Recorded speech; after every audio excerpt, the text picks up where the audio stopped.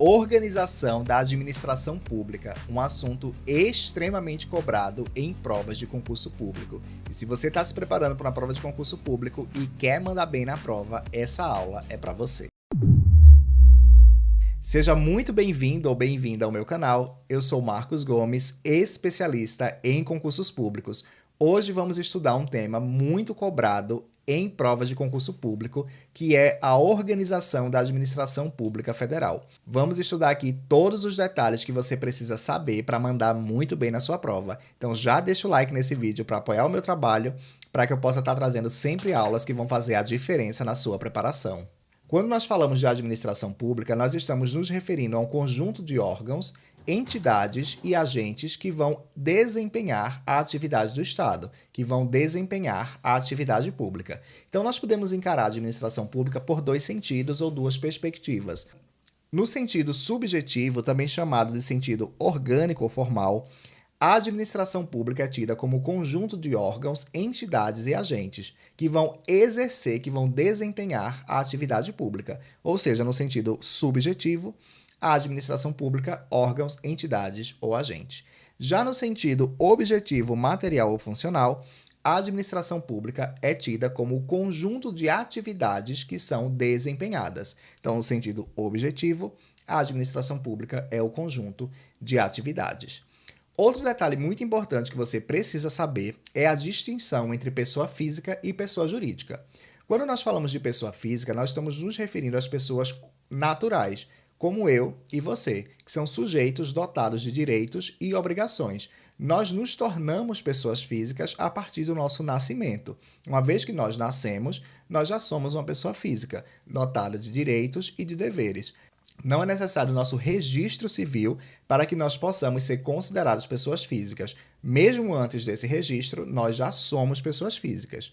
Já as pessoas jurídicas, elas não existem no mundo material, elas não são tangíveis, elas são ficções jurídicas, ou seja, elas só existem no mundo das relações jurídicas, elas são criadas pelo direito. Por conta disso, para que uma pessoa jurídica possa existir, é necessário um ato de constituição, que pode se dar por meio de um contrato ou por meio de um estatuto, dependendo do caso. E esse contrato e esse estatuto tem que ser registrado em algum órgão competente, como, por exemplo, um cartório, dependendo do caso, ou a junta comercial. Assim como as pessoas físicas, as pessoas jurídicas também têm direitos e obrigações. Porém, para que esses direitos sejam exercidos e essas obrigações também, elas vão depender de pessoas físicas, porque elas não existem no mundo físico. Então, existem pessoas físicas que vão representar essas pessoas jurídicas e que vão fazer valer os seus direitos e as suas obrigações. Porque quando nós falamos de administração pública, que a administração do próprio Estado, do próprio ente federado, você precisa entender que o Estado ele é uma pessoa jurídica. Dessa forma, tanto a União, quanto os estados, quanto os municípios e o Distrito Federal são considerados pessoas jurídicas, ou seja, são dotados de direitos e de deveres, mas que dependem de pessoas físicas para fazer valer esses direitos e deveres. Então, cada um deles são dotados de algumas características, como personalidade jurídica própria, eles são autônomos, têm competência legislativa, administrativa, tributária e orçamentária, é regido pelo direito público interno e é sujeito a direitos e obrigações. Então, quando você estuda a administração pública, principalmente os entes federados, você precisa ter em mente que eles são pessoas jurídicas dotados de tudo isso aqui que eu estou apresentando para vocês. Lembrando que se você quer se preparar para o próximo CNU que está chegando aí em alto nível, estou deixando aqui embaixo o link do meu curso preparatório, tá bom? Lá tem material completo das disciplinas de conhecimentos gerais para você se preparar desde já e chegar na frente de todo mundo gabaritando a prova. Então, se você quer garantir a sua aprovação, eu posso te ajudar com isso. Clica aí no link que eu te vejo no curso. Um detalhe muito importante que você precisa entender muito bem é a divisão entre a administração pública direta e a administração pública indireta. Ou seja, a administração pública, de modo geral, se divide em dois grandes grupos, a administração direta e a administração indireta. Então, eu trouxe aqui um pequeno esquema, para que você que ainda não tem contato com esse conteúdo possa entender sem grandes dificuldades. Quando nós falamos de administração pública direta, nós estamos nos referindo ao próprio ente federado. No caso, se eu estou falando de um município, a administração direta é o próprio município. Quando eu falo do Estado, a administração direta é o próprio Estado. Então, A pessoa jurídica que constitui a administração direta é o próprio ente federado. Então vamos aqui nesse exemplo, né? Eu tenho aqui um ente federado e dentro desse ente federado aqui eu tenho suas pequenas subdivisões. Porém, essas subdivisões estão dentro desse ente, fazem parte dele, compõem a sua estrutura.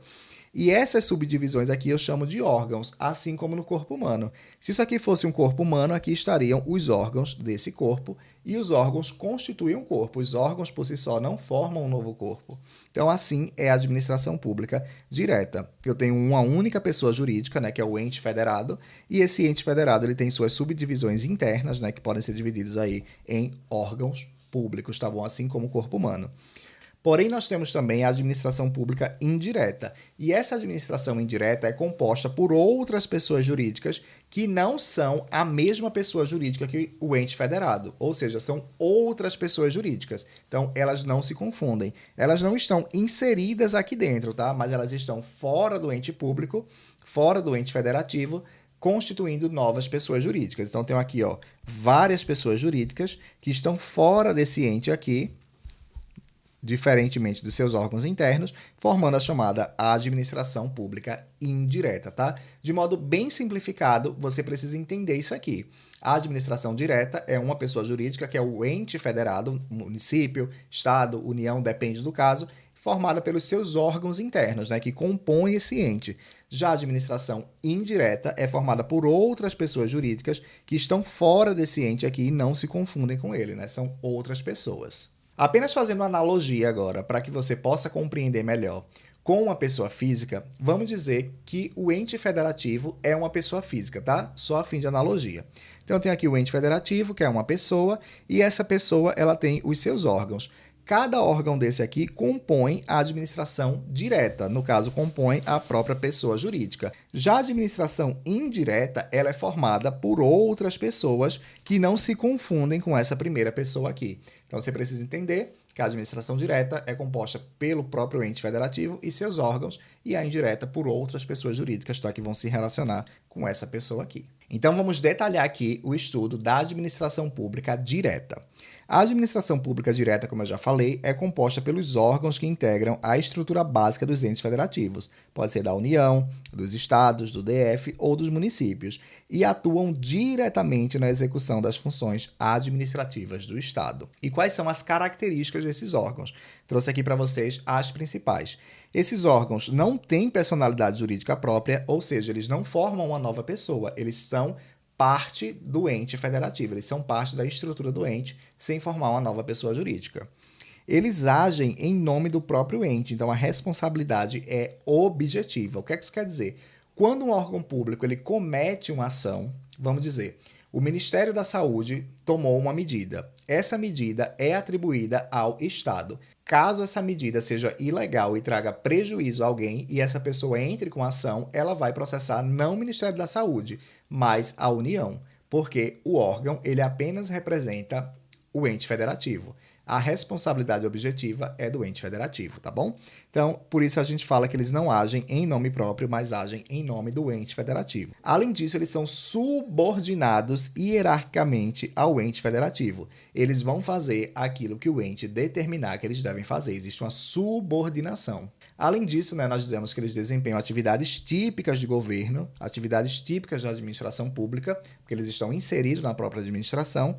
Outro detalhe importante é que os órgãos são criados por meio de lei, tá? Isso aqui é importante, cai em prova. Os órgãos são criados por meio de lei. Isso significa que não é necessário registro nenhum para você criar um órgão público, nem em cartório, nem em junta comercial. Basta a lei ser aprovada criando aquele órgão e aquele órgão estará criado, porque ele não é uma pessoa jurídica, tá bom? Com relação ao patrimônio dos órgãos, os órgãos não têm patrimônio próprio. O patrimônio deles é público, pertencente ao ente federativo. Por conta disso, seus bens são impenhoráveis, ou seja, não podem ser dados como garantia de penhor ou cobrados em ação judicial, e são inalienáveis, ou seja, não podem ser vendidos, tá? Essas informações aqui são mais jurídicas, mas eventualmente são cobradas em prova, então guarda isso. Além disso, as dívidas, tá? Os créditos desses órgãos só podem ser cobradas por meio de precatórios, porque eles são patrimônio público, tá? São patrimônios do ente público, Então guarda isso que pode estar na sua prova, dependendo aí do nível, tá, aí da banca que vai montar o seu concurso. Então vamos seguindo aqui para a classificação dos órgãos, também é importante para fim de prova. Quando nós falamos de órgãos públicos, eles podem ser classificados em 4 tipos. E essa classificação vai depender da sua hierarquia, do seu poder de decisão e de mando. No topo da pirâmide, nós temos os órgãos independentes, tá? Estão acima de todos os outros, porque eles são criados diretamente pela Constituição Federal e eles não devem subordinação hierárquica a nenhum outro órgão. Eles estão no topo. Exemplos desses órgãos são a Presidência da República, tá? Que é um órgão público independente, ou seja, não tem ninguém acima dele, o Supremo Tribunal Federal, o Congresso Nacional, né? A Câmara dos Deputados e o Senado Federal. No caso dos estados, o governo do estado, a Câmara Legislativa. No caso dos municípios, a Prefeitura, a Câmara Municipal. Então, esses órgãos não têm outros órgãos acima deles. Por conta disso, nós dizemos que são órgãos independentes que estão no topo da pirâmide, não estando subordinados a nenhum outro. Abaixo dos órgãos independentes, nós temos os chamados órgãos autônomos. Eles têm autonomia administrativa e financeira, mas eles são subordinados aos órgãos independentes, tá? E exemplos desses órgãos na União, por exemplo, são os ministérios, nos estados e municípios, as secretarias, tá? Estaduais e municipais. Então, tanto os ministérios quanto as secretarias são órgãos públicos autônomos que estão subordinados aos órgãos independentes, tá bom? Dependendo do caso. Temos também os chamados órgãos superiores, que estão logo abaixo dos órgãos autônomos. Eles têm poder de direção e comando dentro da estrutura administrativa, mas estão subordinados aos órgãos autônomos. Exemplos desses órgãos são as procuradorias, as diretorias gerais, né, que são aqueles órgãos de grande comando, de grande gestão, que estão logo abaixo dos ministérios e secretaria. Por fim, no nível mais baixo, nós temos os chamados órgãos subalternos, que vão exercer a atividade operacional e administrativa. Aquela atividade do dia a dia, que é colocar a mão na massa, colocar em prática as ações do Estado. Então, esses órgãos não têm poder de decisão, tá? Eles vão cumprir aqui o que for decidido pelas instâncias superiores a eles. Exemplos desses órgãos subalternos, nós temos as delegacias de polícia, posto de atendimento, do INSS, enfim. Geralmente, órgãos, né, que prestam atendimento, execução de serviço público direto ao público. São chamados de órgãos subalternos. Tá bom? Então, guarda essa classificação que é importante. Independentes, que estão no topo, logo abaixo os autônomos, seguido deles os superiores, e lá embaixo, né, na base da pirâmide, nós temos os subalternos, que são muito importantes, tá? Apesar do nome parecer ser uma diminuição, eles são muito importantes porque eles são responsáveis pela execução, né? Pela entrega do serviço público, pelo atendimento das pessoas. Então, aqui também são órgãos muito importantes, apesar de eles estarem aqui embaixo. Essa classificação é apenas hierárquica, mas não de nível de importância, tá bom? Eu só queria deixar um recado rápido para você, que eu criei um grupo no WhatsApp, tá? Para você que vai se preparar para o próximo CNU, em que eu vou disponibilizar resumos, também os slides aqui da minha aula. E, além disso, você vai receber dicas e também notícias e orientações, tá? Para que você possa se preparar e mandar muito bem na sua prova do próximo CNU. Então, não perde tempo, tá? Não dá mole, tá aí embaixo na descrição o link. Clica e vem fazer parte comigo do meu grupo dos próximos aprovados no CNU, tá bom? Te espero lá.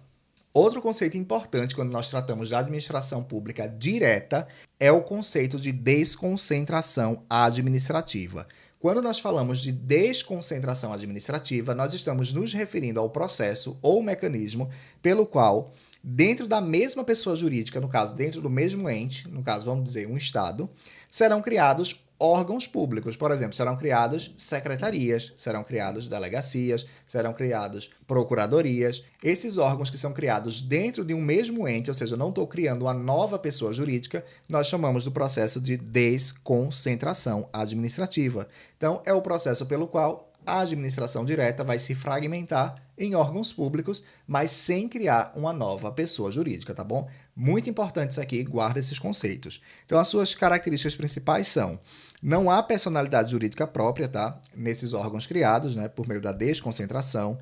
A relação interna de subordinação, como nós já vimos aqui, né, a hierarquia dos órgãos. Então, esses órgãos criados eles vão dever subordinação a seus órgãos que estão logo acima.